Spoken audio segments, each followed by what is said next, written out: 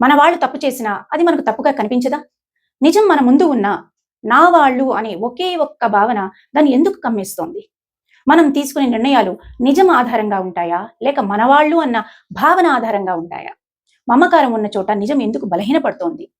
ఎదుటివారు తప్పు చేస్తే కోపం వస్తుంది. అదే మనవాళ్ళు చేస్తే సమర్థించాలని అనిపిస్తుంది. ఎందుకు? ఇదే అర్జునుడికి జరిగింది. నా వాళ్ళు అన్న భావనతో క్షత్రియ ధర్మాన్నే మర్చిపోయాడు. అర్జునుడి ధర్మయుద్ధాన్ని కూడా ప్రభావితం చేసిన కారణమేంటో ఈ శ్లోకంలో చూద్దాం. నిమిత్తాని చ పశ్యామి విపరీతాని కేశవ న చ శ్రేయోను పశ్యామి హత్వా స్వజనమాహవే. ఈ శ్లోక తాత్పర్యం ఏంటంటే, ఓ కేశవ, నాకు అన్ని విపరీతంగానే కనిపిస్తున్నాయి. ఈ యుద్ధంలో నా బంధువులను చంపి నేను గెలిచినా సరే దానిలో నాకు నా శ్రేయస్సు కనిపించడం లేదు అంటాడు అర్జునుడు. అంటే అర్జునుడికి యుద్ధం చేయడం వల్ల ప్రయోజనం లేదని, బంధువులను చంపానన్న చెడ్డ పేరు తప్ప వేరొకటి లేదని, అలాంటి రాజ్యం నాకెందుకు అని ఆ క్షణంలో నిరుత్సాహపడ్డాడు. అంతదానికి నేను ఎందుకు యుద్ధం చేయాలి అని మానసికంగా కుంగిపోయాడు. మనసుకు మమకారం అనే మాయ ఆవహించినప్పుడు అధర్మం ధర్మంలాగానే కనపడుతుంది. విజయం కూడా అపజయంలాగా ఎదురవుతుంది. అదే అర్జునుడికి ఎదురైంది.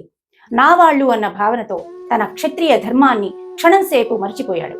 ధర్మం అధర్మం అనే తేడా కాకుండా బంధం బంధుత్వం అనే భావోద్వేగం అర్జున్ని ఎక్కువగా ప్రభావితం చేసింది. ఎదురుగా ఉన్నవారు తప్పు చేసినా సరే, దుర్మార్గులైనా సరే వాళ్ళు నా వాళ్లే అన్న ఒకే ఒక్క మమకారం అతనిని వెనకడుగు వేసేలా చేసింది.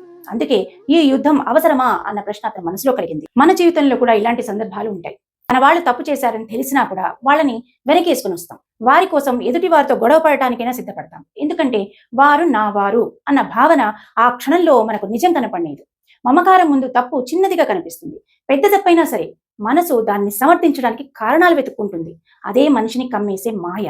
అది తొలగితేనే నిజం కనపడుతుంది. మనవాళ్ళు అన్న భావన మంచిదే, కానీ అదే తప్పు కప్పిపుచ్చితే దాన్ని ప్రేమ అంటారా, మాయ అంటారా? మీరే ఆలోచించండి.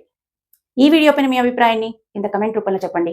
వీడియో కనుక నచ్చినట్లయితే తప్పకుండా లైక్ చేయండి, షేర్ చేయండి. మన ఛానల్ని ఫస్ట్ టైం చూస్తున్నట్లయితే సబ్స్క్రైబ్ చేసుకోవడం మాత్రం మర్చిపోవద్దు. మన ఛానల్లో వచ్చేటువంటి ప్రతి వీడియో మీ దాకా రీచ్ అవ్వాలి అంటే పక్కనున్న బెల్ ఐకాన్ని ప్రెస్ చేసి పెట్టుకోండి. మన ఛానల్లో వచ్చే ప్రతి వీడియో మీరు ఈజీగా చూడగలుగుతారు.